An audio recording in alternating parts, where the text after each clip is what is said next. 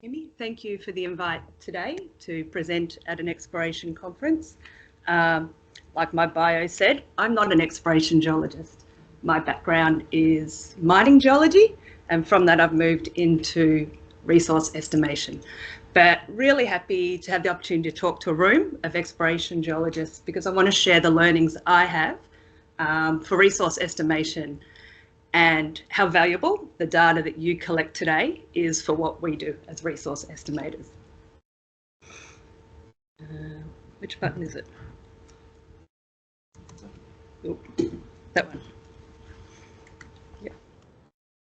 All right. Just a quick word. I work for Snowden Optiro, and Snowden Optiro is owned by Datamine.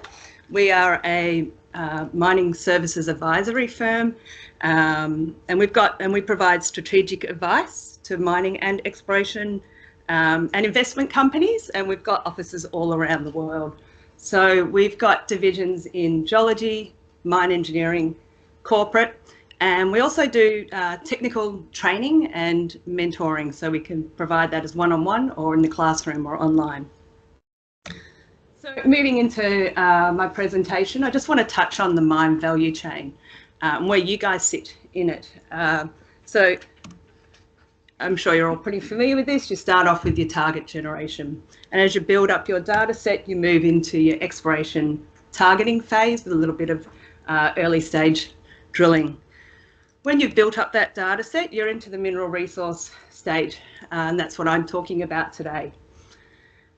From the mineral resource, the intention there is to move it into a mineral reserve, so wrap the economic and mining parameters around it, because that's the goal of what you're all doing, right? You're exploring to build an operating mine, which is that.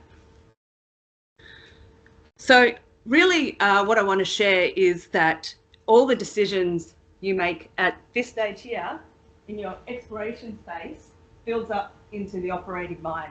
So the point is to get really good quality data now. So you want to consider that every exploration target will eventually one day be a mine.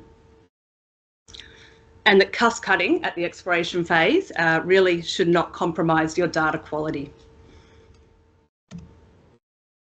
Right, so I am going to focus on data and getting your data right, because a prediction that's based on flawed, incorrect data can lead to a false conclusion, which in this space is your resource model.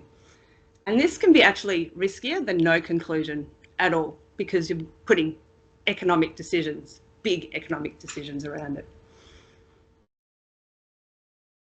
So the definition of bad data can range from incomplete, inaccurate, inconsistent, outdated, or just otherwise flawed, and it can come from quite a number. Bad data can come from a number of inputs, from bad decisions, bad collection and practices. It can actually just happen. You can get your bias or your unpredicted error, which is why we have our QA/QC. Pretty much probably everyone in this room has dealt with historical data sets, so I'm just going to take a deep sigh for now and I'll move on. And then there is mismanagement of data, which is where you can have good data and then it can become bad data because it's mismanaged. And the other point I want to reflect on is you want to know your data. You want to understand how bad is bad.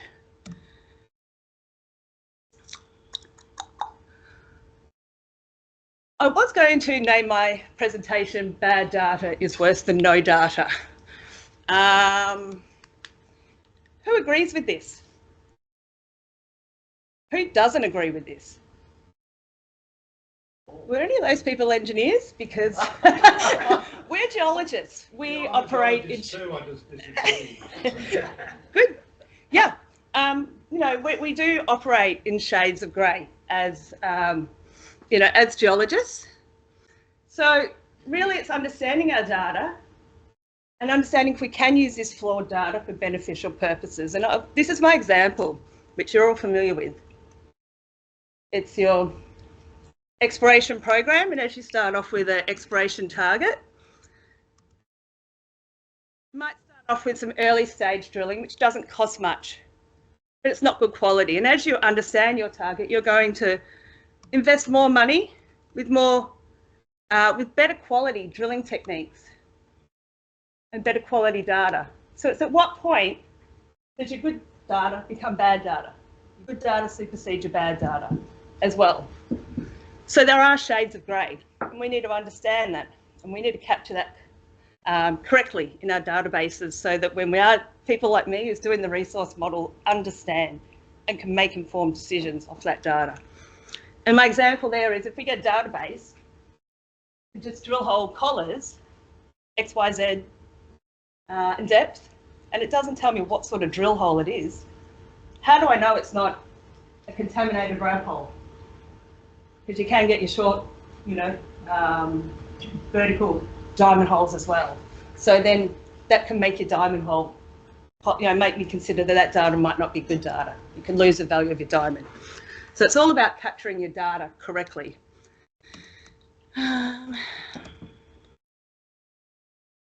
Okay, so this is what I'm going to continue to talk about. Know your data and its metadata in a high quality database, and spend time analysing your data to understand its quality and to demonstrate its quality. And if you're seeing that your data is flawed or biased, you want to understand that early on in the program so you don't make bad decisions from this data. This is where I say don't, do 3 phases of your drilling and then review it. Whereas if there was a bias in the first phase, you could have changed the program and brought in the correct process so you're not collecting flawed data continually. I'm going to touch on the code, reporting code, and what is required to demonstrate confidence in exploration data, because as a resource geologist, I'm always looking at the inputs and the quality of those inputs so I can understand the confidence I can put on my resource model. So we're talking about a mineral resource model. What do I need to build one? I need a topography. I need a surface. Validated drill hole database, and the keyword there is validated. So you've got collar survey, assay, and geology. And so there's, certain details for each of them do require, such as your collar, I do need your hole type.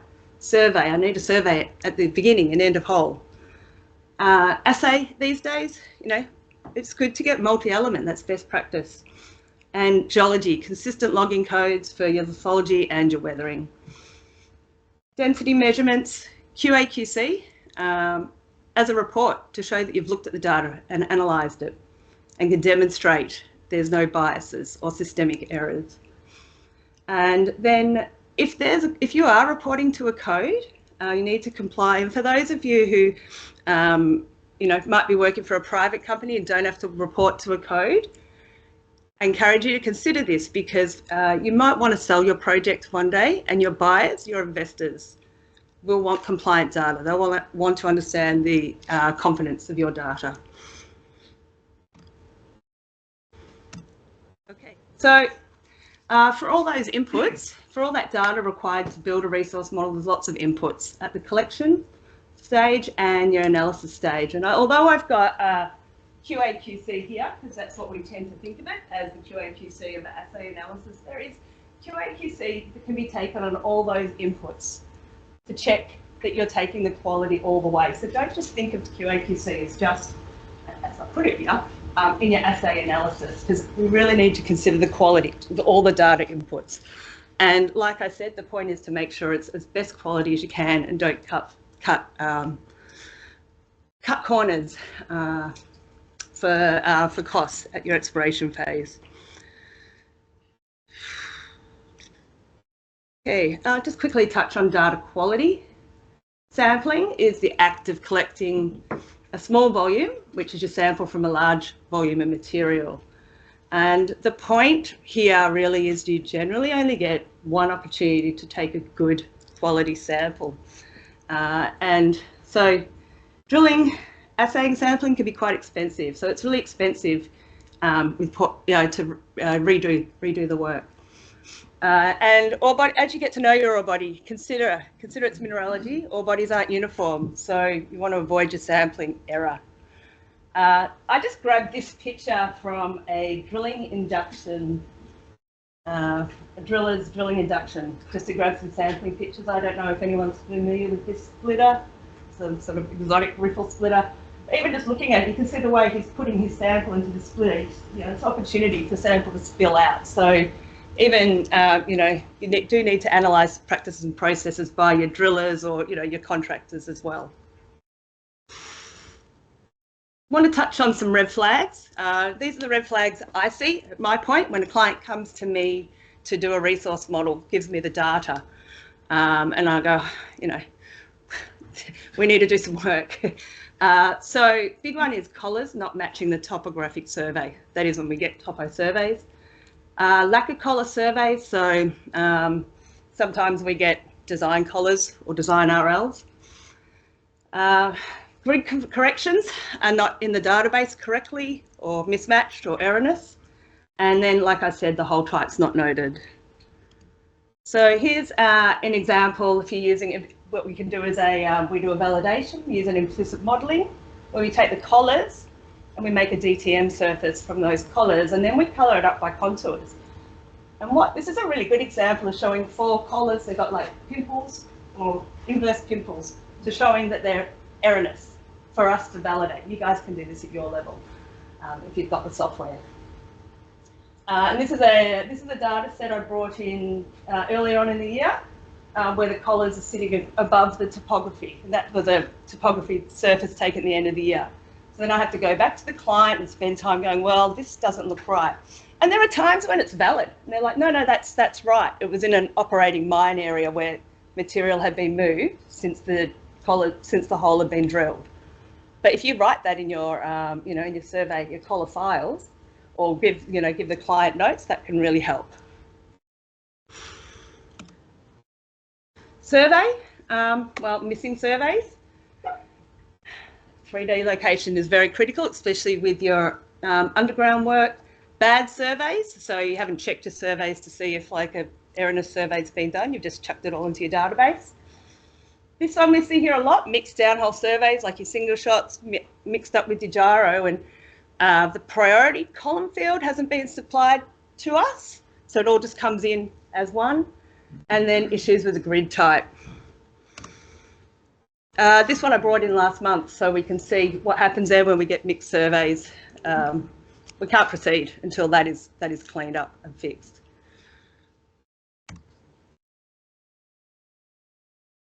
Assay, inconsistent logging. So anyone who manages database know we use substitutions to reflect where data's missing, lost on ignition, etc.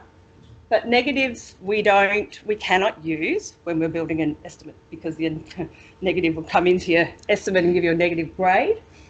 So we need rules, whether we omit and replace. And that's really important, whether we treat it like the estimation doesn't see it, so if it was non-sampled, or if we replace it with a low detection value, then it's like there's very, very low grade there to bring the grade of the estimate down. So these intervals lacking data, we do need to be given the rules.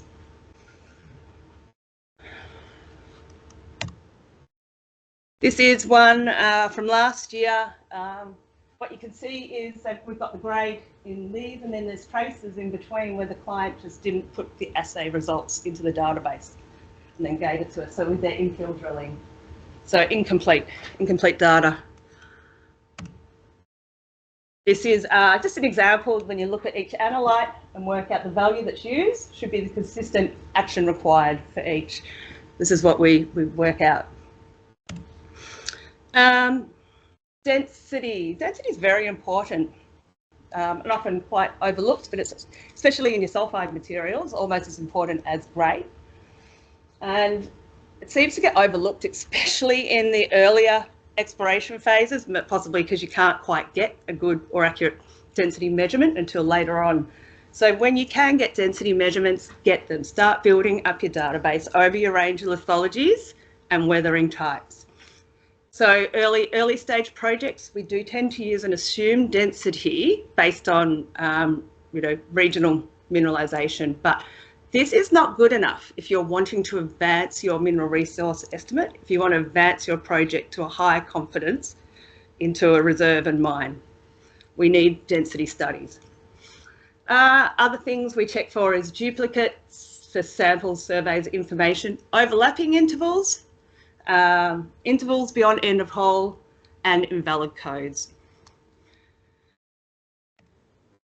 Oh yeah, bad logging, especially with the use of implicit modelling these days, which is fantastic and quick. But this is the effect of bringing in infill drill holes into a program where we nicely had the saprolite wireframe, brought the infill holes in, and then the saprolite logged to the end of some holes, which doesn't make sense. So no one validated that geology and interpret before it came in. Geoscientific database. These days, Excel is not good enough. Manual data entry. This is where you get your errors. So there's a lot of technology that you don't have to do manual data entry anymore. Security protocols are important to make sure that only one person or limited people are managing and touching the database so it doesn't get corrupted. And I'll just sigh again when I talk about historic data. We all know this, we've all seen this. Okay, so a couple of tips on your database, getting your database right. I think I might have touched on this, single administrator. And this is actually, we do need to check this as one of our inputs for reporting on the JORC code, how the database is managed. Data should be validated first, undergo these health checks so I don't see all those red flags, and that should check cross-check tools before it goes in and is accepted as final. Robust data management systems, great products on the market such as Fusion or Sable, and we really encourage independent audits from time to time because that really builds integrity of your database and real high value for investors when you've got an independent audit on your database. QA/QC, this is your management and field practices to ensure a high level of confidence in accuracy and validity of your data. So cross checks, double checks and checks and checks and checks to track and manage your errors as you go, not like right at the end. And like I said, to identify these potential errors before they become major problems. Some of my QA/QC red flags we see. No or partial QA/QC. So what's some examples of this? It's when blanks aren't put in to test contamination or sample weights aren't being put in to test bias. Some companies are doing great jobs collecting QA/QC, following all the process, got good procedures in place, but then they don't review it and follow up any issues. And that's almost just as bad. Incorrect QA/QC is taken. So this I tend to see more as your exploration program progresses and you start to understand more of your ore body in the beginning. It's okay to put your blanks in systematically, but as you start to understand your ore body, you want to test potential contamination. So you put your blanks in where your mineralization is. Your standards, as you start to understand your grade ranges of your ore body, you use CRMs that are at the grade ranges. So your QA/QC program also has to evolve with your understanding of the ore body. Historical, I'll just sigh again, like a documentation, and a bit of a passion of mine is laboratory audits and management. So, you know, with your laboratories, you can get your certified, you can be using your certified, your non-certified or your site labs. You should be involved and really understand what's going on there because that's your final analysis and product. These are two different labs that I have visited in the last 2 years. They are site labs. So whilst the one on the left is clean, we know a lab is no place for a morning smoko area. And the one on the right, I just don't understand how any sample has gotten through that lab without contamination. This is an example of a client who has taken great QA/QC 10 standards through a number of grade ranges. I have taken the grades off because this was in a report which I gave back to the client, and I didn't want the laboratory, because it was an internal laboratory, to see the results. But what it shows and demonstrates is a systemic negative bias of all the samples. So this is over quite a period of time. They hadn't been checking it and following it up. So their lab had continuously been reporting a low grade. So they've been misclassifying their ore and leaving ore in the ground.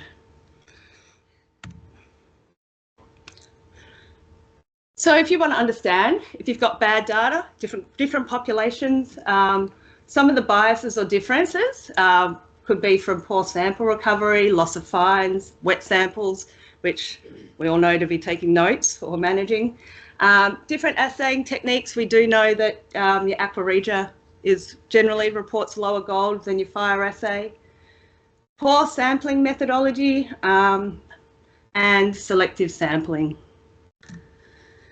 So this is how we generally test different populations. We use a quantile plot where we take the two different populations, we rank them into their into their distribution, give them quantiles, and if they are the same, they got the same, they would be a 1-to-1 line. And if it sits off that, there might be a bias between each data set. So here's an example on the right, two different data sets, the diamond and RC, were ranked into quantiles, plotted, and the RC sits lower than the diamond. So if you look at that, you go, oh, maybe there's an issue with my RC, there's a bias. Do I need to discount that data? You need to make sure that you're comparing the same data from the same area and not introducing a bias yourself. So this diamond hole is only 58 samples where there's over 1,000 for the RC. So that's really not a valid comparison. So subset out your areas when you're comparing. So it's got an equal number of samples in the same area.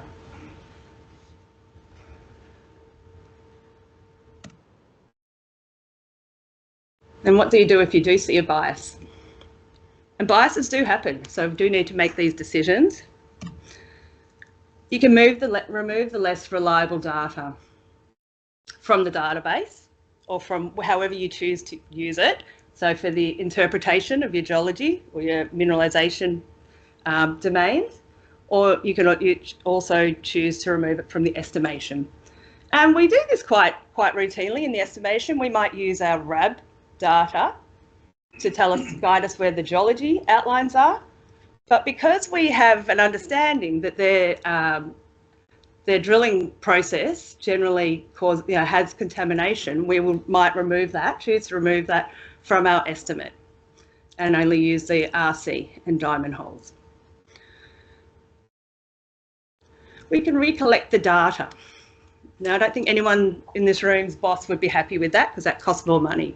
So the point is, do these analyses early after your first program to check, or as you bring in new data to check if there's biases so you understand, rather than doing it all at the end. And another way is you can factor one of the data sets if a consistent relationship can be defined and explained. But this needs to be well documented and justified, and estimators don't like doing this. Can touch on the JORC code, and this is really important in the context of the person who's doing the estimate. Like I said, we do always have this in the back of our mind. So the guiding principles for the JORC code 2012 is materiality, transparency, and competence. So as far as when we are building a resource model, we're always thinking about all the inputs that are going into it, whether they're representative and their quality. Help us determine the confidence of that model, that output we give. And like I said before, we can build your model with just all your inputs, even if we've got low confidence on it, but we will only be able to give the resource a really low level of confidence, which is your inferred. That means that inferred cannot move over to the reserve, sorry. We cannot move it over there. We cannot do economic studies. You cannot report it as a reserve. You need to build the confidence to get to there. So even if you've got all the drill spacing right, you understand what the geology is going on. If all those, if that data is not clean and I don't have confidence, we cannot get that inferred confidence to indicated or measured.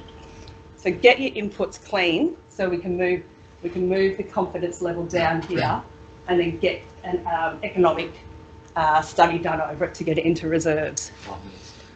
Yep, I think this is my last page. So where do you come in? The data you collect today is paramount to any mineral resource estimate. Just so you know that the competent person needs to take all those inputs into account.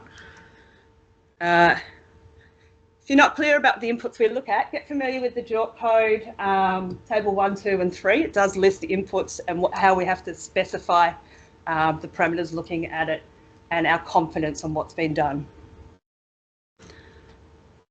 So just to wrap up, best practices to ensure your data quality: implement robust QA/QC programs and evolve that with your exploration program.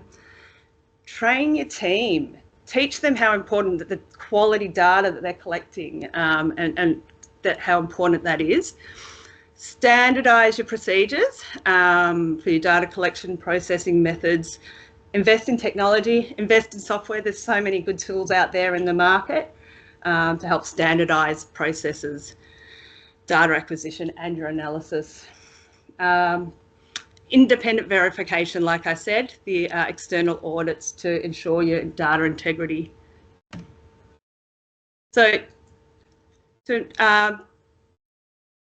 turn your exploration data into a mineral resource estimate, 2 points: avoid legacy of bad data decisions early on in the data collection, and really consider that every exploration project you're working on may become a mine. That's your end goal. Don't lose sight of what you're doing and the final product you're trying to deliver.